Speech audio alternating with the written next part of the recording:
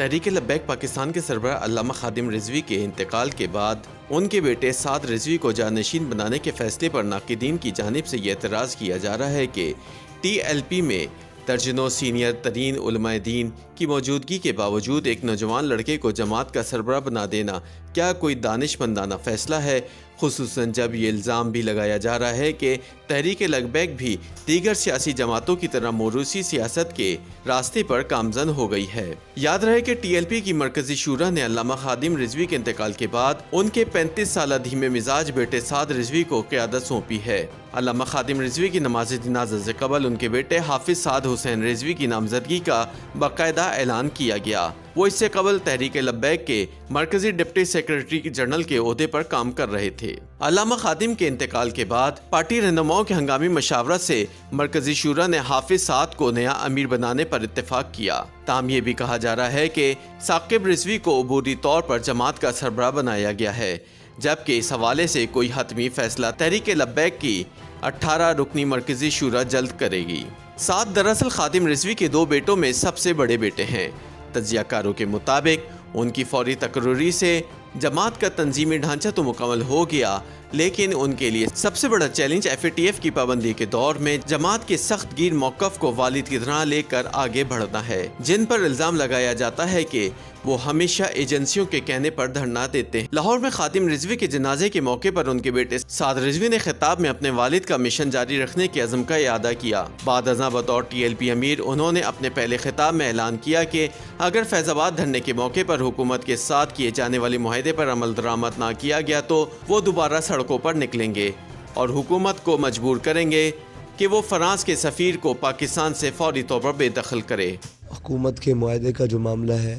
انہوں نے ہمارے 3 افراد جو مجلس شورا کے ممبر ہیں ان کے ساتھ دستخط سے وہ معاہدہ طے پایا گیا تھا۔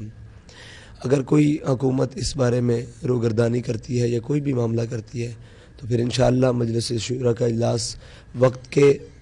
مدت ختم ہونے سے پہلے طلب کریں گے، یا اس کے دوران انہوں نے کچھ کہا طلب کر کے انشاءاللہ وہ فیصلہ کریں گے جس فیصلے کی توقع لوگوں کو ہم سے ہے، اور انشاءاللہ ہم حضور کے دین کے لیے، حضور کی عزت و ناموس کے لیے ہر وقت ہر آن حاضر ہیں۔ یاد رہے کہ سعد رضوی اس وقت لاہور میں اپنے والد کے مدرسہ جامعہ ابو ذر غفاری میں درس نظامی کے آخری سال کے طالب علم ہیں۔ درس نظامی ایم اے کے برابر مدرسے کی تعلیم کو کہا جاتا ہے۔ سعد رضوی کے قریبی دوست اور علامہ خادم رضوی کے ایک پیروکار محمد سلمان نے سعد کو جماعت کا نیا امیر بنانے کے فیصلے پر ہونے والی تنقید کو سختی سے رد کرتے ہوئے کہا کہ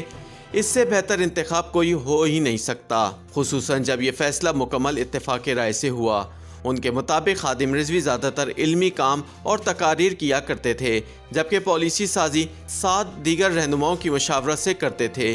سلمان کے مطابق سعد رضوی شروع دن سے عملی طور پر تحریک لبیک کے تنظیمی امور چلا رہے تھے، اس لیے ان کے لیے جماعت کو چلانا کوئی نئی بات نہیں ہوگی، کیونکہ وہ اکثر معاملات کو پہلے ہی خود جانتے اور نگرانی کرتے رہے ہیں۔ سلمان نے بتایا کہ علامہ خادم رضوی کچھ عرصہ سے سعد کی اپنے جانشین کے طور پر تربیت کر رہے تھے اور فیض آباد کا آخری دھرنا بھی سعد کی قیادت میں دیا گیا۔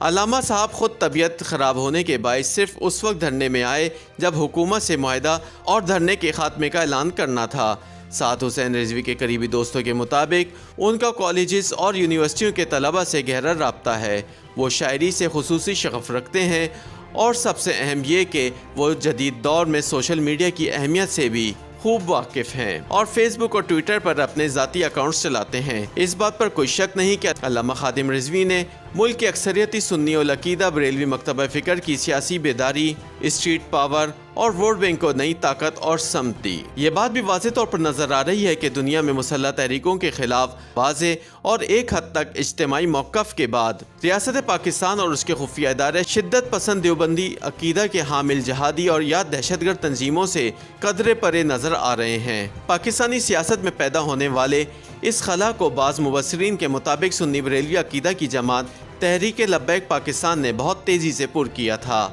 جس کی قیادت اب عملی طور پر نوجوان سعد رضوی کے ہاتھ میں آ گئی ہے۔ تجزیہ کاروں کے مطابق علامہ خادم رضوی کا جنازہ بتاتا ہے کہ یہ جماعت مستقبل میں اپنی اسٹریٹ پاور کے ساتھ پاکستان کے فیصلہ سازوں پر اثر انداز ہونے کی بھرپور صلاحیت رکھتی ہے، خصوصاً اگر اس نے خادم رضوی کی اسٹیبلشمنٹ کے ساتھ چلنے کی پالیسی پر عمل درآمد جاری رکھا۔ تاہم کچھ تجزیہ نگار اس بات سے اتفاق نہیں کرتے۔ ان کا اصرار ہے کہ ماضی کی روایات کو مد نظر رکھے تو ایسی مثال نہیں ملتی کہ کوئی مذہبی جماعت اپنے مقبول سربراہ کی وفات کے بعد متحد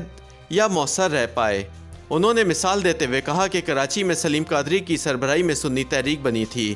جسے اپنے سخت گیر بیانے کی وجہ سے شہرت ملی، لیکن کراچی میں دہشت گردی کے ایک واقعے میں ان سمیت دیگر پارٹی قیادت کے قتل کے بعد سنی تحریک غیر متحرک ہو گئی۔ سپہ صحابہ اور ایم کیو ایم کی مثالیں موجود ہیں۔ تجزیہ کار کہتے ہیں کہ تحریک انصاف کی طرح تحریک لبیک کو بھی گزشتہ چند سالوں میں جو غیر معمولی شہرت ملی، اس میں سب سے بڑا کردار علامہ خادم کی شعلہ بیانی، ان کی نت نئی گالیوں اور سخت گیر موقف کا تھا۔ پھر ان کے خطابات اور ناموس رسالت پر سخت موقف کی وجہ سے دیکھتے ہی دیکھتے ملک بھر میں لوگوں کی بڑی تعداد اس جماعت سے منسلک ہو گئی اور یوں تحریک لبیک پنجاب سے نکل کر سندھ میں بھی پھیل گئی۔ سعد رضوی کے بطور ٹی ایل پی سربراہ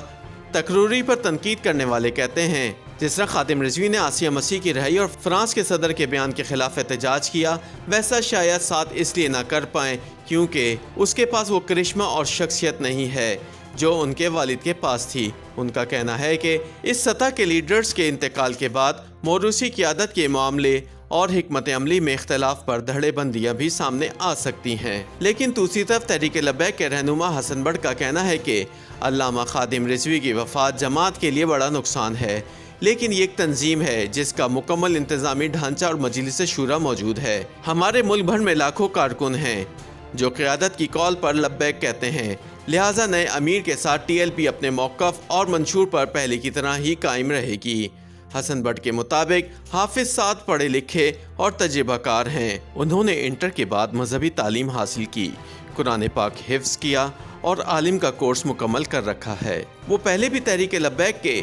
ڈپٹی سیکرٹری جنرل جیسے اہم عہدے پر کام کرتے رہے ہیں اور امید ہے کہ وہ جماعت کو بہتر انداز میں چلائیں گے۔ انہوں نے کہا کہ 35 سالہ حافظ سعد سمجھدار ہیں، لیکن وہ اپنے والد کی طرح شعلہ بیان اور سخت لب و لہجہ نہیں رکھتے، بلکہ دھیمے مزاج کی شخصیت ہیں۔ ان کا جوش خطابت بھی سابق امیر جیسا نہیں۔ انہوں نے کہا کہ ہنگامی صورتحال کے پیش نظر قائم مقام امیر نامزد کیا گیا ہے، مگر حتمی فیصلہ مجلس شورا کرے گی۔ جلد ہی مجلس شورا کا اجلاس ہوگا جس میں ملک بھر کی قیادت شریک ہوگی۔ وہاں ہر پہلو سے حالات کا جائزہ لیا جائے گا، پھر فیصلہ ہوگا کہ حافظ سعد رضوی کو مستقل امیر تحریک لبیک کام کرنے دیا جائے یا کوئی ان سے بہتر ہے جو مؤثر انداز میں تنظیم اور جماعت کو چلا سکے۔ YouTube پر گوگلی نیوز دیکھنے کے لیے youtube.com کی سرچ بار میں googly news T V type کریں۔ گوگلی نیوز کے پیج پر سرخ رنگ کے سبسکرپشن والے بٹن پر کلک کرنا نہ بھولیے۔ YouTube پیج پر اپلوڈ ہونے والی ویڈیوز سے باخبر رہنے کے لیے بیل آئیکن پر کلک کیجیے۔ آپ کو ہر نئی ویڈیو کے بارے میں نوٹیفیکیشن موصول ہو جائے گا۔